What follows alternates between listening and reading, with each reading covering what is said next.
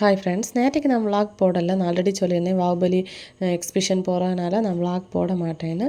So morning என்ன நடந்ததுன்னா, அவசர அவசரமாக குக்கிங் எல்லாம் முடிச்சு கிஃப்டி குட்டியை ஸ்கூலுக்கு விட்டுருந்தேன். இந்த அச்சு குட்டி கிஃப்டி குட்டிகிட்டு வந்து சாப்பிட்டா மட்டும்தான் சாப்பிடுவாங்க. அக்கா தங்க பாசம் தான். ஸோ அவங்களையும் ஸ்கூலுக்கு விட்டுருந்தேன். போகிற டைம்லேயும் கேட்குறாங்க, அம்மா பாகுபலிக்கு கூட்டிகிட்டு போவீங்க தானேன்னு கேட்டு உமா எல்லாம் தந்துட்டு தான் போகிறாங்க. ஸோ நான் இந்த ட்ரெஸ்ஸை ஸ்டிச் பண்ணியிருந்தேன் குட்டீஸுக்கும் எனக்கும். ஈவினிங் காரில் தான் போனேன். என்னோடய ஃப்ரெண்டோட காரில் தான் போயிருந்தோம். போனதுமே மழை, போக முடியலை பாகுபலிக்கு. ஸோ வழியில் ஒரு கடையில் வந்து நம்ம ஒரு மெடிக்கல் ஷாப்பில் ஒதுங்கிட்டு அப்படியே கிளம்பிட்டோம். ட்ரெஸ் எப்படி இருக்குன்னு மறக்காமல் கமெண்டில் சொல்லுங்கள். இதோட கட்டிங் வீடியோவும் சேனலில் தான் போஸ்ட் பண்ணுறேன். நான் வீடியோ எடுத்து தான் வச்சுருக்கேன் அச்சுக்குட்டிக்கு எப்படி நான் இந்த ட்ரெஸ்ஸை ஸ்டிச் பண்ணேன் அப்படிங்கிறத. இப்போ நீங்கள் பார்த்துட்ருக்கிறது தாமிரபரணி ஆறு தான். அதுக்கு சைடிலோடு தான் நாங்கள் நடந்து போயிருந்தோம். இந்த வருஷம் 100வது பாகுபலி நடக்குது. நம்ம மார்த்தாண்டம் சிட்டி அப்படியே செஞ்சு வச்சுருந்தாங்க. எனக்கு ஸ்பெஷலாக இது பிடிச்சிருந்தது, தர்மக்கோலை செஞ்சு வச்ச யானை.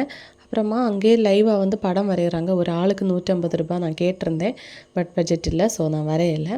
ஒரு வழியாக உள்ளே வந்துட்டேன். எதுக்குடா வந்து அப்படியே போகலாமான்னு கூட இருந்துச்சு. மழை இருந்தாலும் என் மனசில் இந்த ஜனங்கள் எல்லாம் எங்கடா இருந்தீங்க கன்னியாகுமரி டிஸ்ட்ரிக்டில், அப்படி தான் இருந்துச்சு.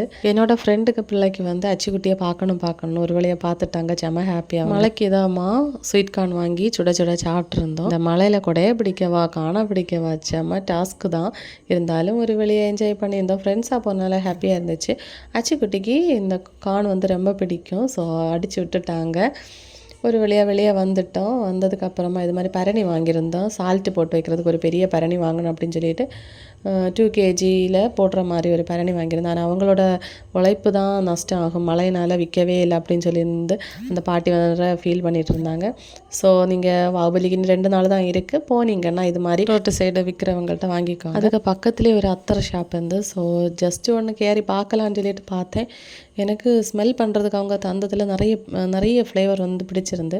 ஸோ இன்ஸ்டாலேயே அவங்க ஐடி இருக்குது. ரீட்டெயிலாகவும் பண்ணுறாங்க, பல்க் ஹோல்சேல் ரேட்லேயும் பண்ணுறாங்க. ஸோ நீங்கள் வேணும்னா இன்ஸ்டாகிராம் பேஜ் வந்து அவங்களோட நேம்லேயே இருக்குது. ஷாப்போட டீட்டெயில் வந்து கீழே கொடுத்துருக்கேன். சப்போர்ட் பண்ணுங்கள். போனீங்கன்னா போய் வாங்கிக்கோங்க.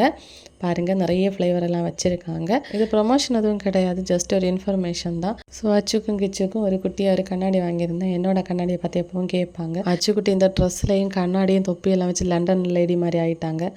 நம்ம பாகுபலிக்கு போனால் வண்டி பலாரம் வாங்காமல் எப்படி வீட்டுக்கு வருது? 2 கிலோ பண்டமும் வாங்கிட்டு கிளம்பிட்டோம். சுத்தமாக இந்த மழை தான் சொதப்பிருச்சு. நீங்களும் பாகுபலிக்கு போனீங்களா அப்படிங்கிறத கமெண்டில் சொல்லுங்கள். வீடியோ இஷ்டப்பட்டால் லைக் செய்ய மறக்கிறது. தேங்க்யூ.